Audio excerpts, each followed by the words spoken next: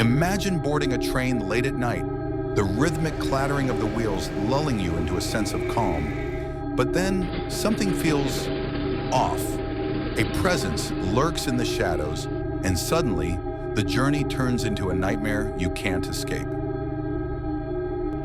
Hi guys, welcome back to the channel. In today's video, we are going to explore 3 scary true train horror stories.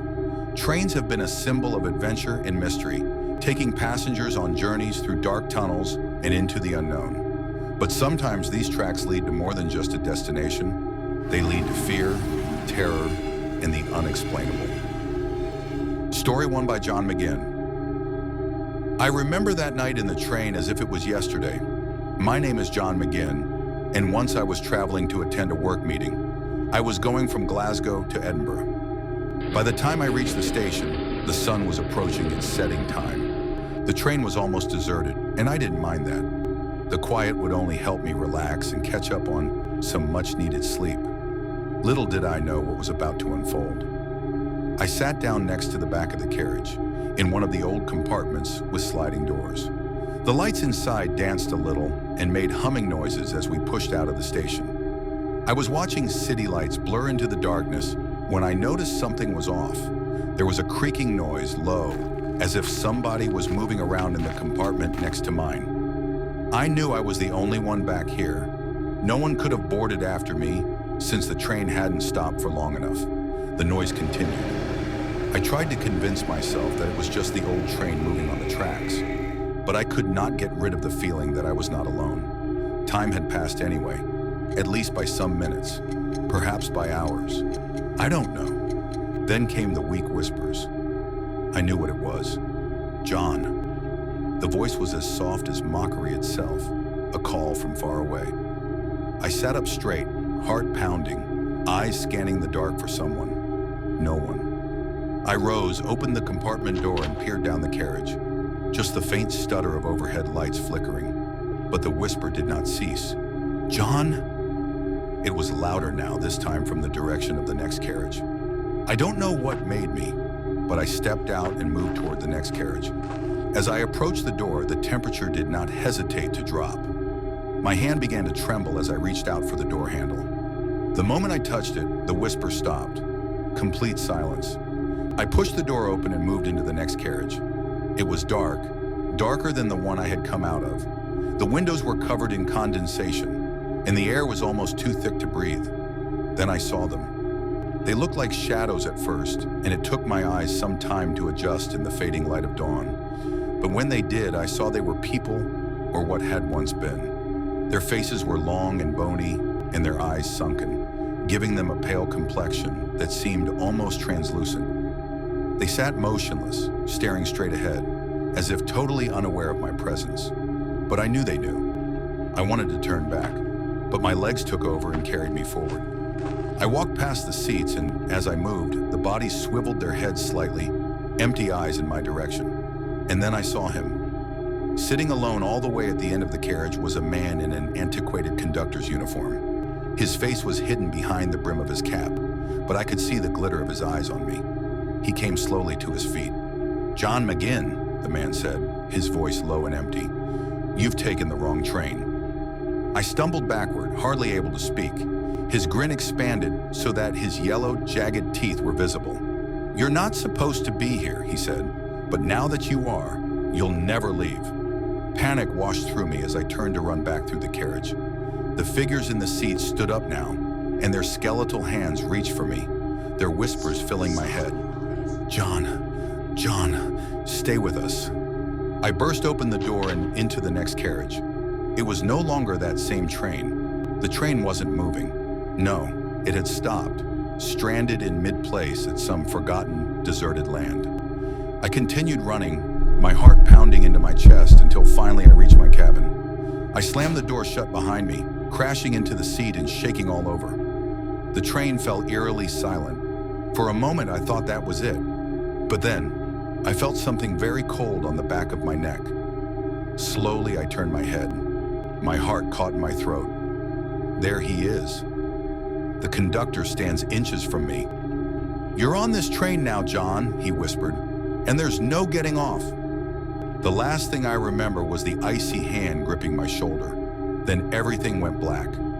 I opened my eyes in a hospital, not knowing where I was or what was going on. They said the train had derailed, people inside the train had died, but somehow it appeared that I was the only survivor, or at least so they say, because since that night, I still hear the whispers. I never left that train, and I never will. Story 2 by Bitna Haneul. The rattling of the train echoed through the empty hills as we approached north, slowly to the border. I sat in the dim light of the train, looking out the window at the vast stretch of darkness that seemed to run indefinitely. My name is Bitna Haneul, and this trip was meant to be routine, just another visit to see my aunt who lived near the mountainous region of North Korea. But tonight, something felt off, deeply off. The carriage was almost deserted, except for a few other passengers. They were all silent, their faces pale and distant. They stared blankly ahead as if hypnotized. The air felt thick, as if it was pressing down on me, suffocating. I tried to shake that off as nerves, but I couldn't ignore. I looked to the far end of the carriage, and I found an old woman. Her whole Hanbok was put through very badly, and long black hair falling over her face covered it like a curtain. Something of that kind of something startled me to the bones. But I told myself not to stare. And every time I gazed back, I saw her head slowly turning as if she were watching me, but her face remained hidden. The train was slowing down through a tunnel. Carriage lights blinked dimly along the walls, casting eerie shadows. I glanced at my watch. Its hands were not moving. Had they stopped, or had time warped in this strange instant? A creeping sense of dread settled over me, and then suddenly, the lights in the carriage shuddered violently, then went dead. Everything was dark and I was holding my breath. I fumbled for my phone and almost lit up the carriage when I had the bright idea of using it as a flashlight. But my phone screen was stubbornly black, and that was it. Only the wheezing wheels on the tracks were audible. But beneath that, something else began to filter through the whisper, grew louder, clearer. Bitna. My heart was pounding. It was my name carried on the wind like some ghostly echo. I peek around the pitch-dark carriage to no avail. I can see nothing. The whisper came again, this time louder. Bitna, come. I was frightened. The train shrieked to an abrupt stop, and I slumped forward. I had expected to see light from a station or simply the moon, but there was nothing outside, only a colossal and devouring darkness. The door at the far end of the carriage slowly creaked open, though no one moved. My eyes jerked back to where the woman in the Hanbok had been sitting, but she was gone. A shiver ran up my spine, and I heard slow-coming footsteps from the far end of the carriage. They sounded out in hollow silence, growing louder with every step. My blood froze in my veins. Bitna. Clearly, the voice was now close to my ears. It seemed to be breathing down my neck. I turned around. My heart is pounding, and somehow I felt I must see somebody standing there. But the seat behind me was empty. My legs were shaking as I stood there, moving down the aisle into the next carriage. But then I saw her. The woman in Hanbok stood in the middle of the aisle with her head bent forward, hiding her face. Her hair cascaded down her back, completely covering her. She blocked my way. I stood frozen in place. Her head tilted slowly, unnaturally, as if her neck was twisted up in ways it shouldn't be. And then her face finally came up. I wasn't met with a human face. She was staring back at me, her face my face. But there was this empty darkness to her eyes, and her mouth was pushed wide into this sickening grimace. I stepped back and couldn't look away. The train hurled violently to one side, pitching me to the floor. And again the lights did flicker, casting her shadow long and distorted across the walls. She reached out, taking another step, bare feet thudding noiselessly on the floor. I tried to scream, but no sound would come out. My throat felt tight, as if invisible hands were tightening around my windpipe. The whispering voices returned, louder this time, and now rippling out around me. They were my family members, my mother and my father, and even a friend I hadn't spoken to in ages, whom they were screaming the same word over and over, my name. They kept yelling it, and their voices merged with the screech of the train. The woman, or whatever she was, knelt beside me and gave me her cold breath across my cheek. She reached out a hand toward me, gray, skeletal fingers. Just before they would have touched me, the train screeched again and went dark. And when I opened my eyes, I found that the train was moving, but I was alone. The woman was gone, but the whispers remained. The lights flickered weakly above me as I stared out of the window into the void. I never reached my destination. Story 3 by Gennady Vladimir. The metal car rattled sharply like an ancient car carrying a wild howl of wind through the thick Siberian snow. A dim reflection stared back at me through the window as I sat there. I was Gennady Vladimir, traveling from Omsk to a tiny forgotten village where my grandmother lay buried. The train was almost empty, save for a few other passengers here and there. Although the coat I wore was very heavy, the cold still crept through the cracks and bites at my skin. This, however, was not the reason I felt so unsettled. It was the quiet. The train felt wrong. Its lights flickered every now and again, casting the car into darkness for brief, haunting moments. I tried to tune it out, listen instead to the beat of the rails beneath. But there was something odd, this taut strain hanging in the air, a feeling of tension, something thick and unsettling that pressed down upon me. I glanced about.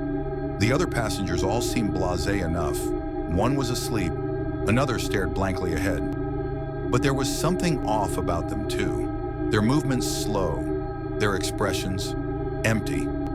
The train lurched. I felt it. The shift in speed, the odd sensation that we had passed into somewhere different. I looked out the window and saw that the endless white had shifted.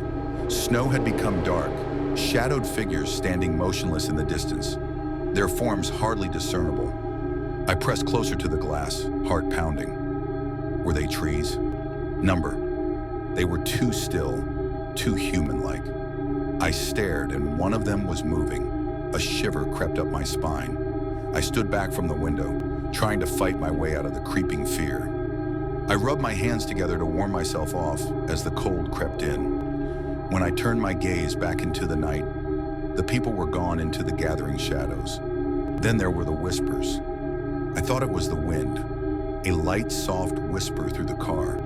But as I listened closer and listened a little longer, I realized the whispers were coming from inside the train. Low voices, mumbling words I couldn't understand. I turned toward the other passengers, but they sat frozen, completely oblivious to the voices creeping through the walls. Again, lights flickered and were extinguished briefly. I was plunged into darkness. When the lights popped back on, I made out a figure at the far end of the aisle. Tall man, gaunt, wide-brimmed hat hiding the upper part of his face. He didn't move, didn't say a word. He stood there looking at me, or at least I thought he was. His eyes were obscured by shadow, but I could feel his gaze. And suddenly he was gone. Heart pounding, sweat rolling down my spine as the cold air conditioning hit me.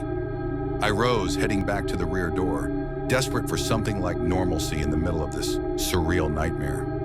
Perhaps I was just tired. Perhaps I was imagining things. When I reached for the door, it wouldn't open. I tugged at it, but it wouldn't budge. The whispers grew louder. I looked in the car side to side as if scanning for any sign of this man. But now the other people inside the car were different. Their eyes all stared at me. The stares were wide, unblinking. Their mouths a little agape. Silent screams. I stepped back, my heart pounding in my chest. Once again, the train lurched, and with it, I heard unmistakable footsteps. Slow, deliberate, getting closer and closer. My breath was halted as I turned to the aisle. He had returned, the man in the wide-brimmed hat. Only now could I see his face. Pale and hollow, his skin was tightly drawn over sharp bones. His eyes were black pits, and his mouth curdled into a twisted smile. He took another step towards me. I stepped back, my legs quivering, my hands fumbling in search of something, anything to defend myself. But there was nowhere to go.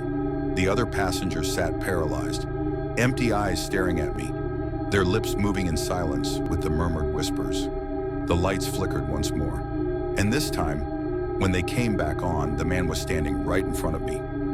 I screamed and fell back, but by the time I hit the ground, I was no longer in the train. I lay in the snow, astonishingly, and the biting cold bit into my skin. The train disappeared into nothingness, and the shadow figures that I saw earlier were all around me, silent, watching. I would stand up, but my body no longer responded. The cold was too much. The figures moved closer, their forms become clear. They were human beings, those who had at one time ridden this train, those who would never make it to their destination. I realized then, with a slumping sense of dread, I wasn't going to either. Thanks for watching. If you like this video, please like, share, and subscribe to our channel for more creepy stories. Which of these stories gave you a chilling experience? Let us know. Until next time, stay curious, stay safe, and remember, sometimes the scariest stories are the ones that are real.